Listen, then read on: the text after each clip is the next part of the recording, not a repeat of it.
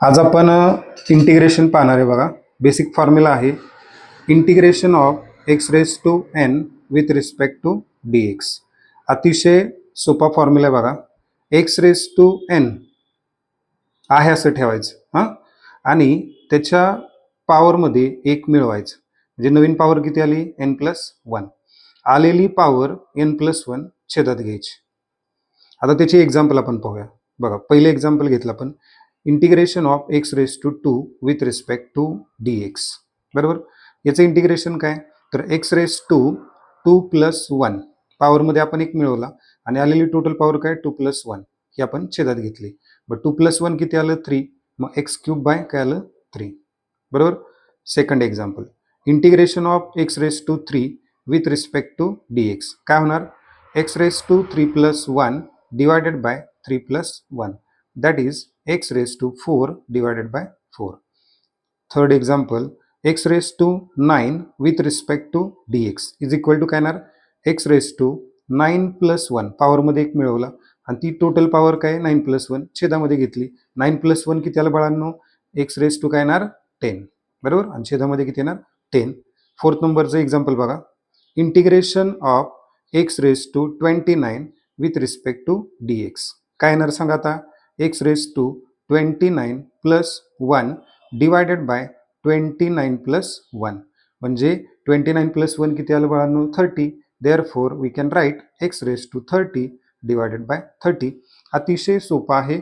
आता हे चार एक्झाम्पल तुमच्या लक्षात आले असेल तर सर्वांनी मला कमेंटमध्ये सांगायचं X raise to 99 with respect to D X is equal to what. समजलं? थँक्यू. आता इंटिग्रेशनचा फॉर्म्युला आपल्याकडे आहे, integration of X raise to N with respect to D X is equal to काय? X raise to N plus one divided by N plus one. आता हे जे function आहे integration of X raise to 9 with respect to D X, limit त्याचं दिलं आहे 0 to 1 which is equal to, जसं इथं पॉवर आहे त्या पॉवरमध्ये एक मिळवले, ती टोटल पॉवर जी आहे एन प्लस वन छेदात घेतली, तसं एक्स रेज टू 9 की आपण काय करणार? त्याच्यामध्ये एक मिळवणार. X raise to 9 plus one किती आलं? 10. आणि आलेली टोटल पॉवर कुठे लिहिली? छेदामध्ये. बरं, आता इथं इंटिग्रेशन संपलेलं नाही कारण याला लिमिट दिले. मग लिमिट कशा पद्धतीने सोडवायचं बघा. तर इथं लिहायचं हे लोअर लिमिट 0 आणि हे अप्पर लिमिट 1. बरोबर. आता डायरेक्ट सोडवण्याची एक सिंपल पद्धत आहे, जे कॉन्स्टंट आहे. आता इथं जसं 10 हा कॉन्स्टंट आहे कुठं? छेदात. मग हा 1/10 बाजूला घेतला. ब्रॅकेटमध्ये काय राहिलं? एक्स रेज टू 10 लिमिट आहे 0 to 1. काय करायचं? सिम्पली हे 1/10 तसंच ठेवायचं आणि इथं ब्रॅकेटमध्ये इथं मायनस लिहून घ्यायचं. म्हणजे या ठिकाणी एकदा एक्सची व्हॅल्यू ही वरची टाकायची आणि एकदा खालची टाकायची. म्हणजे थोडक्यात एक्स रेज टू काय? 10 आहे. मग एक्सची पॉवर किती आहे? 10. तसं इथं एक्स काय घ्यायचा? 1. 1ची पॉवर किती घेतली आपण? 10 घेतली.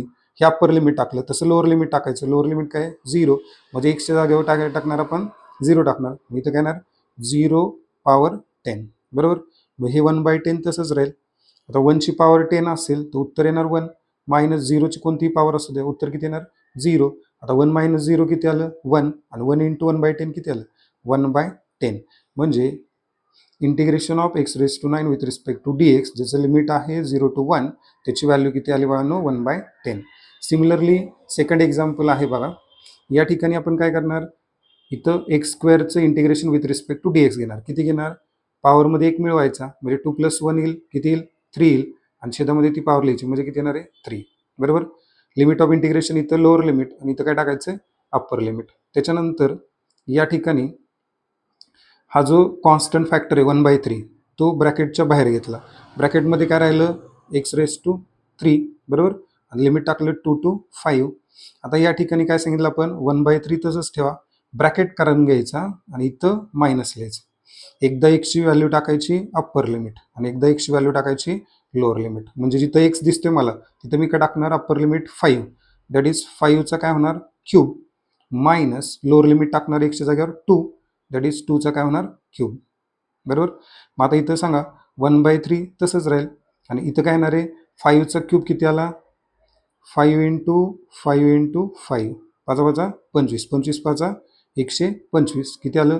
125 वजा 2चा घन किती येणार? 8. बरोबर. 125 मधनं 8 गेले 15तून 8 गेले 7, 1 1 म्हणजे 117.